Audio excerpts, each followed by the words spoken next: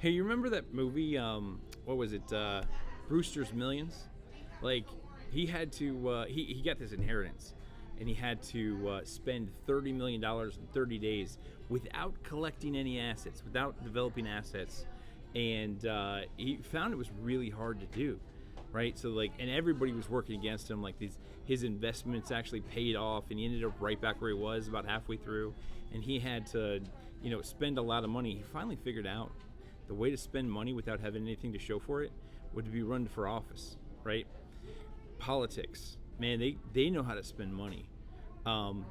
Right now, we're spending money at such a clip that it's ridiculous, right? We spend trillions of dollars a year. The movie was Brewster's Millions. If they did a remake, it could be Uncle Sam's Trillions, because they're spending like $5 trillion a year every year. And think about this. This is crazy criminal. They have nothing to show for it at the end of the year. About 2 to 3 trillion of that is all insurance, right? Health insurance. So you got the Obamacare, you got Medicare, you got Medicaid, and every year we spend this money for insurance without having anything to show for it at the beginning of next year.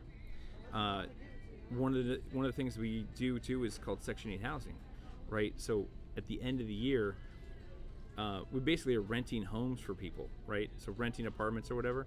And so at the end of the year, again, these people have no place to stay. And you can be on that program for like 5 years.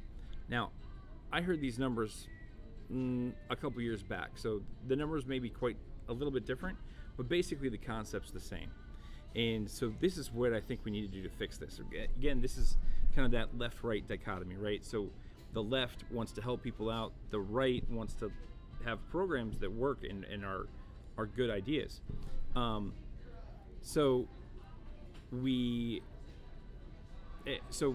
back when I heard the numbers were like $98,000 per year per person on Section 8 housing, right? So that's how much we're spending. The benefit they get though is minuscule. It's like maybe $10,000 a year. They basically get $800 a month for rent, and they can be on the program for 5 years, which means we'll spend almost $500,000 on each person on the program, but they only get like $50,000 worth of a benefit. And then at the end of that, it's a rental, right? So at the end of the 5 years, if you haven't figured something else out, they just kick you out and say, well, tough luck. For $500,000, we could buy somebody a house. We could build a house. So like my idea is basically, let's have a Habitat for Humanity style building project.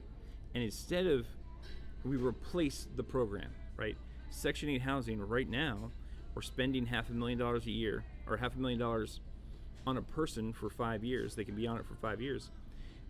But instead, let's say you only get to be on the program for 1 year, but we give you a home. And then, or basically you go, you help build the house. At the end, let's say you get like 30 to 60 people together. They build 30 to 60 homes over the course of a couple months. They get one, right? Everybody who works on the project gets one of those homes. So you have a little community building thing where everybody's working together. They build a community, they get to know each other, and then they become neighbors. You could do this for maybe somewhere between $60,000 and $100,000 per person, right? That's way cheaper than what they're, the current plan, right? And at the same time, it's permanent. So year 2, they still have the house. Year 3, they still have the house. The only way they lose that house is, they sell it or something, they move. And the idea is that, even if you don't get a house, even if you're not one of the people that gets to participate in this project, the fact that we be building houses instead of just throwing out loans for houses would lower the cost of housing, right? So basically the idea is that we could do this with almost every program that we have in the government right now. There's a lot of programs that we're doing. There are these Uncle Sam's Trillions programs that we could replace with better programs that would solve the problem instead of exacerbating it, and instead of perpetuating the problem year after year, we'd actually solve the problem.